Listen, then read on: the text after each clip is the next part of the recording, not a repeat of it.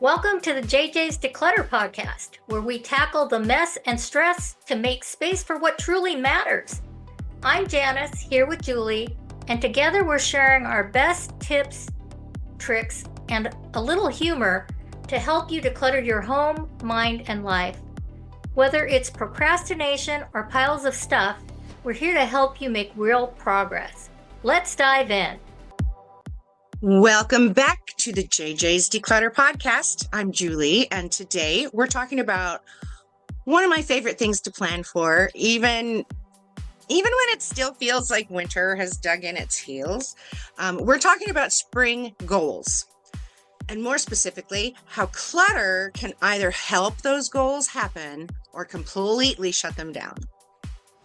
And I'm Janis, and I know some of you are already thinking, it's cold, my garage is a disaster, and I still haven't put away the holiday decorations. Why are we talking about spring? The answer is simple. Because waiting until spring shows up is how you end up standing in your driveway, holding a tomato plant, and wondering where on earth your shovel went. We see this all the time. People have great spring intentions. They want to garden, entertain outside, get active, or finally park in the garage again, but their stuff is literally in the way. Exactly. The goals aren't the problem. The clutter is. When things you need are broken, buried, or scattered, everything feels harder than it needs to be. Motivation drains fast when you have to dig through chaos just to get started. And that's why we're flipping traditional goal setting on its head today. Instead of starting with a to-do list for spring, we're starting with the stuff that's blocking your spring plans right now. So the first step is clarity. Not vague goals like get organized, but real specific ones. Do you want to eat dinner outside during the week? Grow vegetables. Ride your bike again. Host family barbecues without panic cleaning. Because vague goals lead to vague decluttering, and vague decluttering leads to still having a cluttered garage in July, while telling yourself, I'll deal with it later. Once you know the goal, we work backward. If you want to host outdoor dinners, what needs to be easy to access? Furniture, dishes, the grill, maybe some lighting. If those items are buried behind boxes labeled miscellaneous, we found the problem. I had to do this myself with 5 granddaughters and a great grandson. Excuses don't fly for long. They don't care why we can't have a picnic. They just want popsicles and space to run. When I got honest, I realized my garage was blocking my spring plans, mostly with garden pots that I've been saving for years. Classic doom, didn't organize, only moved. I'm guilty. This is where we bring in the keep or let's go system, but with one extra question layered on top. Does this item support what I actually want to do this spring? If it doesn't, it's probably time to keep or let's go. Lives elsewhere, trash, sentimental, or goes out. It's our sorting system. Broken tools, dried up seeds, cracked pots, duplicate supplies, they're not helping. They're just taking up space and mental energy. If gardening is on your list, start with your supplies. I promise you don't need as much as you think. Most people are storing broken tools, seed packets from 5 years ago, and pots they don't even like. When you see all of that, your brain registers it as work, not joy. So instead of feeling excited about planting, you feel overwhelmed before you even begin. Clear out what doesn't work, keep what does, and suddenly gardening feels doable again. But let me tell you about my heirloom seeds from my auntie from years ago. She gave me seeds from the rose campion that she had been growing for decades in her yard. And 15 years later, I came across the envelope of these seeds with her handwriting, which was wonderful. And I planted them. I planted the entire envelope of seeds, and two of them grew. So that was exactly what I wanted. And so heirloom seeds are kind of cool. And if you're going to throw out some old seeds, walk up and down the alleys in your neighborhood and just sprinkle them as you go. And some might grow. So, outdoor and entertaining is another big goal some people have. So, start with the furniture. If it's wobbly, uncomfortable, or embarrassing, it's not supporting connection. It's supporting accidents. Yeah, I've been there. And let's talk supplies. Oh my goodness. Okay, melted spatulas, mismatched plates, citronella candles from 2015 that smell unlike citronella anymore. When you have to dig for one usable item, hosting stops being fun. Picture the gathering you actually want, then look at what's standing in the way. That gap is what you declutter. Not everything, just the stuff blocking the experience. This one comes with a lot of emotion.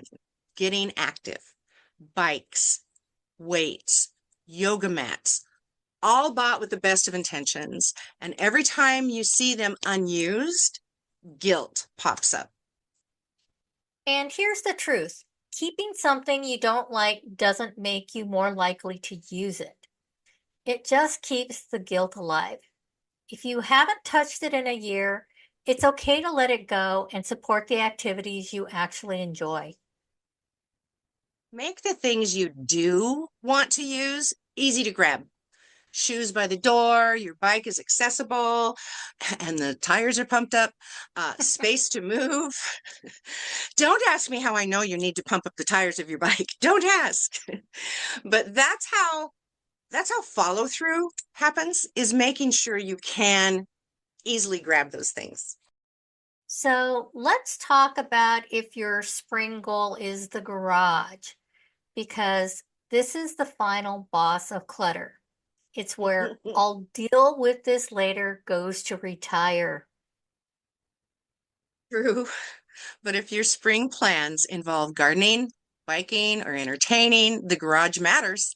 You don't need it perfect. You just need it functional. Yep. Start by prioritizing what supports your goals. Those items get the easiest access. Seasonal decorations and the unused gear goes higher, farther back, or out entirely. And a little gentle reminder, if you're storing adult children's belongings for years on end, it's time for a conversation. Your space should support your life, not function as long-term storage. Just Mhm. saying. And here's a big one. Spring cleaning is easier after decluttering. You can't clean clutter. You can only move it around. So the actual spring cleaning comes last. If deep cleaning is a goal, declutter first. Always declutter first. Cabinets, closets, drawers, cleaning around excess stuff turns every task into an obstacle course. So let's Yep. diminish the amount of excess. So we're going to pull it all together. And here's your plan. Write down your top 3 spring goals. Identify what's blocking them. Then schedule short decluttering dozen sessions to remove those barriers. Hashtag decluttering dozen. That is just 12 minutes at a time. Have your let's go bags ready for your sorting. And there's no perfection required, none, just progress, just Mhm. progress. You're not just clearing space, you're making it easier to live the way you want to live. And decluttering doesn't have to be lonely or overwhelming. It can actually be kind of fun. Especially when you can finally find your gardening gloves without a search party. Or a treasure map. Um, so Janice, the whole idea of catch-up cleaning really ties into what we're doing in the Clutter Crushers Club, doesn't it? Oh my gosh, absolutely. The Clutter Crushers Club is our membership community, and it's specifically designed for people who feel like they're always playing catch up with their homes. We have members who joined us because they're overwhelmed. They've got piles everywhere, they can't keep up with the daily stuff, and they definitely can't get ahead to do any deep cleaning. Right. And what we do in the club is we meet twice a month. It's actually 2 days a month, but we meet twice on each of those 2 days. So it's four for live decluttering sessions. We're literally decluttering together in real time. So you're in your home, we're in our homes, and we're all tackling our trouble spots together. There's no judgment, it's just action. And here's the thing. When you declutter regularly with us, that catch-up cleaning becomes so much easier because you're not constantly working around clutter. Exactly. We also run challenges throughout the year, like our February Decluttering Through the Alphabet challenge that's going on right now. And this challenge is where we focus on a letter a day, which can stand for an area or an item. And when you're working in a community, the accountability is huge. And when you're working with a group, you're way more likely to actually do the work instead of thinking about doing it someday. True. And the community support is amazing. These are people who get it. They understand what it's like to feel behind. They're not going to judge your messy kitchen because they have one too, off and on. Anyway, we laugh together, we encourage each other, support each other, and we get stuff done. So if you're tired of always playing catch up and you want some real support and accountability, come check out our Clutter Crushers Club at www.abcdeclutter.com. Yes, because you don't have to do this alone. No, you don't. Remember, we're here for you. So until next time, our friends, keep it simple. Keep it intentional. And as always, keep decluttering. Keep decluttering. And she starts laughing. Oh my goodness. So keep it simple. Keep it intentional. And as always, keep decluttering. We hope you enjoyed this, and you can vote and tell us, did you like closing 1 or closing 2? Until then, Bye. enjoy.